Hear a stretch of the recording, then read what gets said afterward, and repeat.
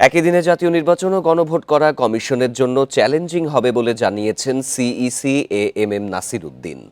শনিবার বিকালে রাজধানীর গুলশানে এক অনুষ্ঠানে তিনি এসব কথা বলেন। সিইসি বলেন, আগামী সপ্তাহের মধ্যে গণভোট নিয়ে আইন হলে প্রস্তুতি শুরু করবে কমিশন।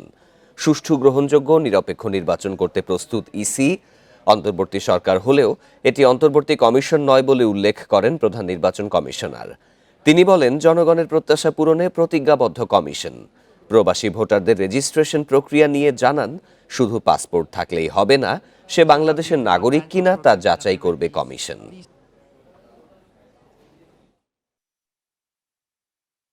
আই ক্যানট গ্যারান্টি যে আইনটা হলে আইনের মধ্যে বলা থাকবে এই জিনিসটা এটার মধ্যে হা না করতে হবে এবং প্রসিডিউরটা বলা থাকবে। আইনটা না হলে আমার অ্যাকচুয়ালি প্রস্তুতিটা আমরা নেওয়া আমাদের জন্য ডিফিকাল্ট। আমি তো আন্দাজের উপর একটা প্রস্তুতি নিলাম, তারপরে অন্যরকম একটা প্রভিশন আসলো, তাহলে তো একটা সমস্যা।